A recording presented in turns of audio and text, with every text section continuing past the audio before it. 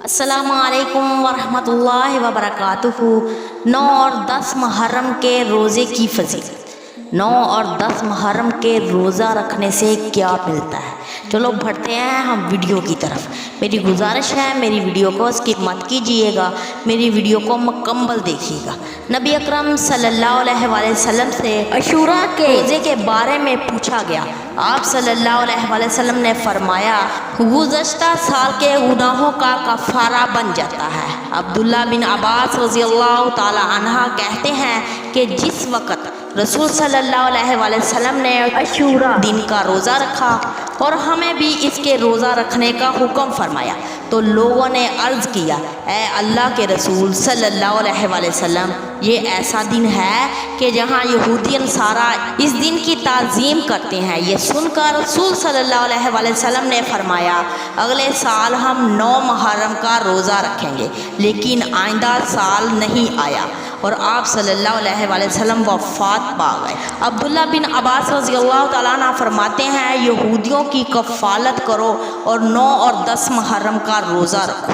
نبی اکرم صلی اللہ علیہ وآلہ وسلم نے فرمایا، میں اللہ سے امید رکھتا ہوں کہ عاشوراء کے دن کا روزہ 1 سال کے پہلے گناہ مٹا دے گا۔ ماہ محرم کی 10 تاریخ کو روزہ رکھنا مستحب ہے، کیونکہ اللہ تعالیٰ نے 10 محرم کے دن نبی اسرائیل کو فرعون کے ظلم سے نجات دی تھی، اس لیے شکرانے کے طور پر یہودی حضرت موسیٰ علیہ السلام کی ابتدا میں اس دن روزہ رکھا تھا، جس پر آپ صلی اللہ علیہ وآلہ وسلم نے فرمایا کہ میں موسیٰ علیہ السلام کی خوشی میں شریک ہونے کا ان سے زیادہ حق رکھتا ہوں۔ چنانچہ آپ صلی اللہ علیہ وآلہ وسلم نے خود بھی روزہ رکھا اور صحابہ کرام کو بھی روزہ رکھنے کا فرمایا، البتہ یہودیوں کے مشابہت سے بچنے کے لیے فرمایا، جب اگلا سال آئے گا تو انشاءاللہ ہم 9 تاریخ کا روزہ بھی رکھیں گے، لہٰذا جو شخص 10 محرم کا روزہ رکھے اس کے لیے مستحب یہ ہے کہ وہ ساتھ میں 9 محرم یا 11 محرم کا روزہ بھی رکھے۔ تاہم اگر کسی شخص کے عذر کی وجہ سے صرف 10 محرم کا روزہ رکھ لیں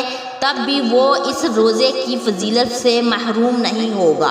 جزاک اللہ خیرہ۔ اگر ویڈیو اچھی لگی ہے تو صدقہ جاریہ کے طور پر زیادہ سے زیادہ شیئر کریں۔ میرے چینل